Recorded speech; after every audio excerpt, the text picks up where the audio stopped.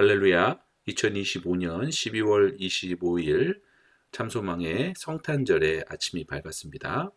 오늘 저희들이 함께 부를 찬양은 찬송가 123장 저들 밖에 한밤중에입니다. 찬양하시면서 예배로 나아가시겠습니다.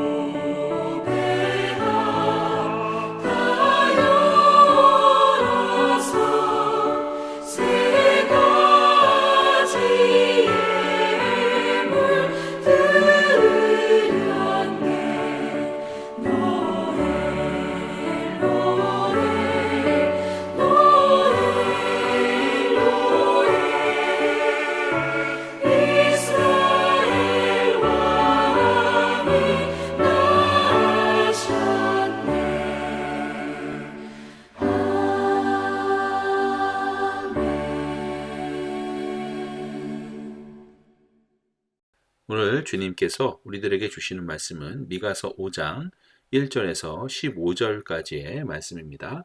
함께 봉독하시겠습니다. 딸 군대여 너는 떼를 모을지어다. 그들이 우리를 애워쌌으니 막대기로 이스라엘 재판자의 뺨을 치리로다. 베들레헴 에브라다야 너는 유다 족속 중에 작을지라도 이스라엘을 다스릴 자가 내게서 내게로 나올 것이라. 그의 근본은 상고에 영원에 있느니라. 그러므로 여인이 해산하기까지 그들을 붙여 두시겠고 그 후에는 그의 형제 가운데 남은 자가 이스라엘 자손에게로 돌아오리니 그가 여호와의 능력과 그의 하나님 여호와의 이름의 위엄을 의지하고 서서 목축하니 그들이 거주할 것이라. 이제 그가 창대하여 땅끝까지 미치리라. 이 사람은 평강이 될 것이라. 아수르 사람이 우리 땅에 들어와서 우리 궁들을 밟을 때에는 우리가 7목자와 8군왕을 일으켜 그를 치리니 그들이 칼로 아수르 땅을 황폐하게 하며 니무롯 땅 어귀를 황폐하게 하리라. 아수르 사람이 우리 땅에 들어와서 우리 지경을 밟을 때에는 그가 우리를 그에게서 건져내리라. 야곱의 남은 자는 많은 백성 가운데 있으리니 그들은 여호와께로부터 내리는 이슬 같고 풀 위에 내리는 단비 같아서 사람을 기다리지 아니하며 인생을 기다리지 아니할 것이며 야곱의 남은 자는 여러 나라 가운데와 많은 백성 가운데 있으리니 그들은 수풀의 짐승들 중에 사자 같고 양떼 중에 젊은 사자 같아서 만일 그가 지나간즉 밟고 찢으리니 능히 구원할 자가 없을 것이라. 내 손이 내 대적들 위에 들려서 내 모든 원수를 진멸하기를 바라노라. 여호와께서 이르시되 그날에 이르러는 내가 내 군마를 내 가운데서 멸절하며 내 병거를 부수며 내 땅의 성읍들을 멸하며 내 모든 견고한 성을 무너뜨릴 것이며 내가 또 복수를 내 손에서 끊으리니 내게 다시는 점쟁이가 없게 될 것이며 내가 새긴 우상과 주상을 너희 가운데서 멸절하리니 네가 네 손으로 만든 것을 다시는 섬기지 아니하리라. 내가 또 네 아세라 목상을 너희 가운데에서 빼버리고 내 성읍들을 멸할 것이며 내가 또 진노와 분노로 순종하지 아니한 나라에 갚으리라 하셨느니라. 아멘. 자, 오늘은 성탄절의 아침입니다. 그리고 오늘은 미가서 5장을 볼 텐데요. 5장은 4장에서 예고된 회복의 구체적인 방법에 대해서 다루고 있습니다. 특별히 메시아의 탄생과 그분의 통치를 오늘 선포하고 있죠. 예수님이 탄생한 이 귀한 아침, 오늘도 말씀을 통해 참소망의 모든 가정들이 기쁨으로 하루를 시작하시기를 주님의 이름으로 축복합니다. 먼저 1절에서 3절을 볼 텐데요. 이것은 비천한 곳에서 태어나시는 우리들의 영원한 왕에 대해서 말씀하고 있습니다. 말씀을 보면 예루살렘이 적들에게 포위되어서 이스라엘의 재판자, 즉 왕이 막대기로 뺨을 맞는 수치를 당하게 됩니다. 이는 범죄한 이스라엘이 겪을 치욕적인 심판을 묘사하고 있는 것입니다. 그러나 수치를 당하는 이 땅의 왕과는 대조적으로 참된 통치자 메시아가 베들레헴 에브라다에서 태어나십니다. 가장 작은 유다 족속 중에서 비천한 곳에서 태어나시지만 그분의 근본은 상고에 있습니다. 여러분, 이 상고라는 뜻은 시간이라는 것이 창조되기 그 이전부터 계셨다라는 뜻이 됩니다. 그러므로 그 영원성에 있는 것이죠. 즉 그의 근본은 상고에 처음부터 계셨고 하나님과 밀접한 관계를 가진 영원한 존재가 되십니다. 곧 이스라엘을 다스릴 영원한 자, 곧 메시아가 천하고 천한 베들레헴에서 하나님에게로 나온다고 말씀하고 계시고 있는 것이죠. 하나님은 해산의 고통, 그러니까 심판의 기간이 끝나기까지 이스라엘을 방치하시지만 결국 메시아의 등장과 함께 쫓겨났던 남은 자들이 다시 형제들에게로 돌아오게 된다는 것이죠. 자, 4절에서 6절은 목자 되신 메시아의 평화와 승리에 대해서 말씀하고 있습니다. 메시아는 자신의 힘이 아닌 여호와의 능력과 위엄을 의지하여 백성을 먹이는 목자로 서십니다. 그분의 통치는 땅 끝까지 미칠 것이죠. 그분은 세상 지도자처럼 무력으로 다스리는 것이 아니라 평화로 세상을 다스리게 될 것입니다. 그것은 메시아 자신이 우리의 평강이 되시기 때문입니다. 아수르가 침략할지라도 하나님은 여러 지도자, 즉 일곱 목자와 여덟 군왕을 일으켜 그 아수르를 물리치시고 진정한 승리를 주실 것입니다. 여기서 아수르는 이스라엘을 위협했던 강대국 그 나라 그 아수르로 해석하는 것은 좀 어려움이 있어요. 여기서의 아수르는 이스라엘을 위협했던 모든 세속 세력으로 보아야 맞습니다. 그리고 일곱 목자와 여덟 군왕에 있어서도 국체적으로 어떤 왕을 가리키는 것으로 이해해서는 조금 곤란합니다. 이것은 여러 명의 지도자들이 일어나서 아수르, 즉 모든 대적 세력들을 물리칠 것을 의미하는 것이죠. 자, 그리고 다음은 7절에서 9절인데요. 남은 자의 사명에 대해서 말씀하고 있습니다. 야곱의 남은 자들은 두 가지 사명이 있습니다. 그 하나는 여호와께로부터 내리는 이슬과 단비가 되는 것입니다. 사람의 힘과 능력을 기다리지 않고 하나님만 바라는 자들에게 이슬과 단비가 되어서 열국에 축복을 전하는 존재가 되는 것이 첫 번째 사명이 됩니다. 또한 동시에 남은 자들은 숲속의 젊은 사자 같아서 하나님을 거역하는 교만한 그 세상 이방 나라들을 심판하고 모든 원수를 진멸하는 권세를 갖게 됩니다. 이것이 두 번째 사명이 되는 것이죠.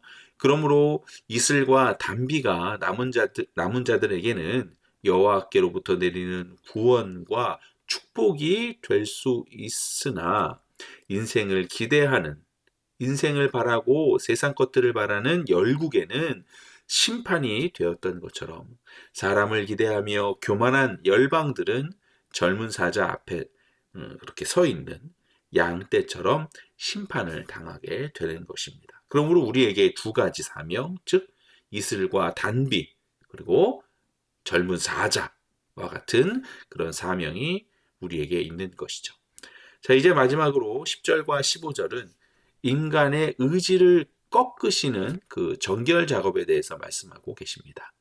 하나님은 말, 병거, 성곽을 무너뜨리십니다. 이는 성도가 하나님 대신 의지했던 그런 인본주의적인 군사력과 수단들을 제거하여 오직 하나님만 바라보게 하시는 그 과정입니다.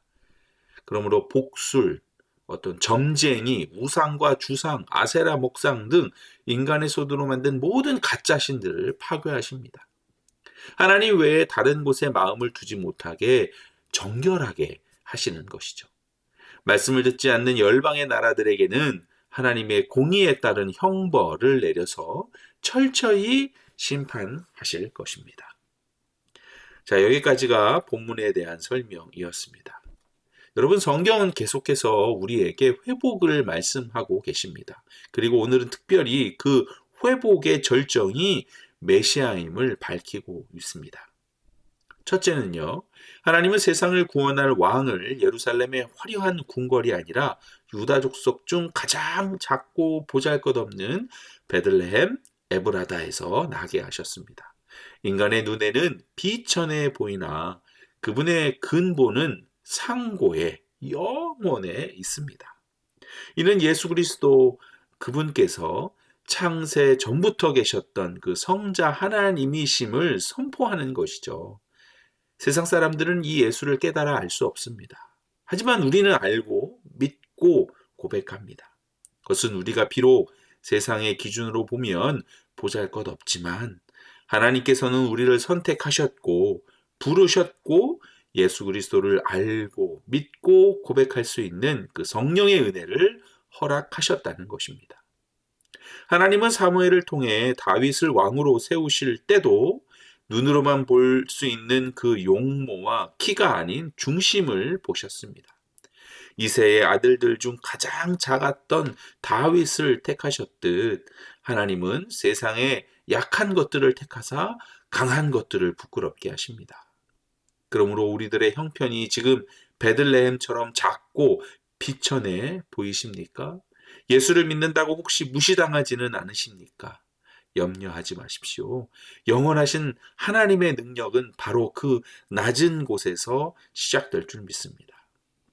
두 번째는요, 메시아는 단순히 통치하는 왕 정도가 아니라 여호와의 능력과 위엄을 의지하여 양떼를 먹이는 그 목자로 오십니다. 여러분, 그분 자체가 평강이심을 믿고 의지하시기 바랍니다. 세상 모든 대적 세력이 우리를 넘어뜨리려 한다 할지라도 우리에게는 7목자와 8군왕, 즉 하나님이 준비하신 완전하고 넉넉한 도움이 우리에게 있습니다. 히스기야 왕 시절 아수르 왕 사네립이 18만 5천 명의 대군을 이끌고 예루살렘을 포위했을 때에도 히스기야가 여호와의 이름을 의지하자 하룻밤 사이에 그들이 모두 송장이 되었잖아요. 하나님이 우리의 목자가 되실 때 세상의 군사력은 아무 의미가 없습니다. 우리의 좋으신 목자는 요한복음 10장 11절에 나는 선한 목자라, 선한 목자는 양들을 위하여 목숨을 버린다 라고 약속하셨습니다. 우리를 위해 생명도 아끼지 아니하시는 그 귀한 목자가 오늘 탄생하셨습니다. 기뻐하시기 바랍니다. 할렐루야. 세 번째는 하나님은 환난을 통과한 그 남은 자들에게 두 가지 강력한 정체성을 부여하셨죠. 사람을 기다리지 않고 하나님만 바라는 자들에게 주시는 은혜입니다. 우리는 여러분 메마른 세상에 이슬과 단비로 생명을 전하는 축복의 통로가 되어야 합니다. 여러분들은 이슬과 단비입니다. 또한 대적들에게는 사자와 같이 두려움의 대상이 되어 원수를 진멸하는 그런 강력한 승리자가 될 것입니다. 자, 마지막입니다. 네 번째로 하나님은 이스라엘 내부에 그렇게 쌓여 있던 모든 거짓된 그런 의지처를 파괴하십니다. 군마, 병거, 견고한 성읍, 인간의 힘과 복술, 우상, 아세라 목상 등을 모두 멸절시키십니다. 성도 여러분, 오늘은 성탄절입니다. 동시에 이제 2025년이 며칠 남지 않았죠. 한 해 동안 내 안에 나도 모르게 자리 잡은 우상들이 혹 없을까요? 하나님 앞에 포기하지 않고 고집스럽게도 쌓아놓은 그런 성벽 같은 것은 없을까요? 무너뜨리셔야 합니다. 멸절시키셔야 합니다. 하나님이 우리의 병거와 성벽들을 무너뜨리시는 이유는 우리를 망하게 하려 함이 아니죠. 하나님 외에 다른 곳에 둔 마음을 정결케 하여 진정한 승리를 주시기 위함입니다. 기드온의 3만 2천 명 군대를 300명으로 줄이신 사건을 여러분 기억하십시오. 하나님은 내 힘으로 구원하였다고 자랑할 소지를 아예 없애버리시고 오직 하나님의 능력으로만 승리하게 하셨습니다. 여러분, 하나님은 이 고백을 원하십니다. 여러분, 오늘 미가서 5장은 우리에게 분명히 말씀하십니다. 비천한 베들레헴에서 나신 예수 그리스도가 우리의 유일한 통치자 되십니다.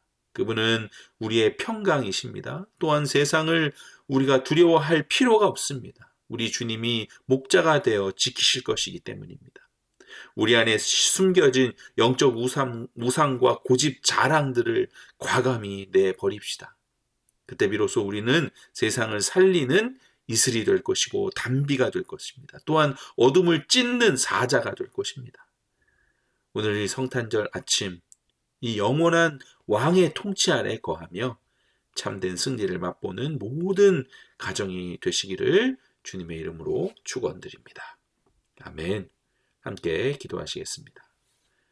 사랑과 은혜의 하나님, 가장 낮은 베들레헴에 우리의 영원한 왕이자 목자로 오신 예수님을 찬양합니다. 한 해를 마무리하며 우리 안에 하나님보다 의지했던 모습들, 병거와 고집스러운 우상들을 이 시간 모두 내어놓습니다. 주님, 우리를 정결하게 하사 오직 주님만이 우리의 평강의 왕이 되어 주시옵소서. 오늘 이 성탄의 아침 주님의 통치 아래 거하는 모든 가정이 세상에 생명을 전하는 단비와 이슬이 되게 하시고 어둠을 이기는 사자와 같은 담대함을 갖게 하여 주시옵소서. 우리를 위해 생명까지 주신 선한 목자 되신 그 예수 그리스도의 이름으로 기도드립니다. 아멘. 자, 오늘 함께 읽으실 RBBB 성경 읽기는요. 요한 2서와 요한 3서 말씀입니다. 요한 2서.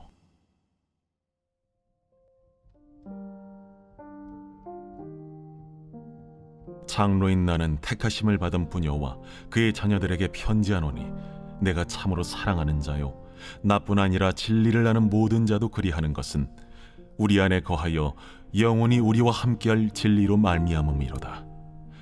은혜와 긍휼과 평강이 하나님 아버지와 아버지 아들 예수 그리스도께로부터 진리와 사랑 가운데서 우리와 함께 있으리라. 너의 자녀들 중에 우리가 아버지께 받은 계명대로 진리를 행하는 자를 내가 보니 심히 기쁘도다. 부녀여, 내가 이제 내게 구하노니 서로 사랑하자. 이는 새 계명같이 내게 쓰는 것이 아니요 처음부터 우리가 가진 것이라. 또 사랑은 이것이니 우리가 그 계명을 따라 행하는 것이요 계명은 이것이니 너희가 처음부터 들은 바와 같이 그 가운데서 행하라 하심이라. 미혹하는 자가 세상에 많이 나왔나니 이는 예수 그리스도께서 육체로 오심을 부인하는 자라. 이런 자가 미혹하는 자요 적 그리스도니 너희는 스스로 삼가 우리가 일한 것을 잃지 말고 오직 온전한 상을 받으라. 지나쳐 그리스도의 교훈 안에 거하지 아니하는 자는 다 하나님을 모시지 못하되 교훈 안에 거하는 그 사람은 아버지와 아들을 모시느니라. 누구든지 이 교훈을 가지지 않고 너희에게 나아가거든 그를 집에 들이지도 말고 인사도 하지 말라. 그에게 인사하는 자는 그 악한 일에 참여하는 자임이라. 내가 너희에게 쓸 것이 많으나 종이와 먹으로 쓰기를 원하지 아니하고 오히려 너희에게 가서 대면하여 말하려 하니 이는 너희 기쁨을 충만하게 하려 함이라. 택하심을 받은 내 자매의 자녀들이 내게 문안하느니라.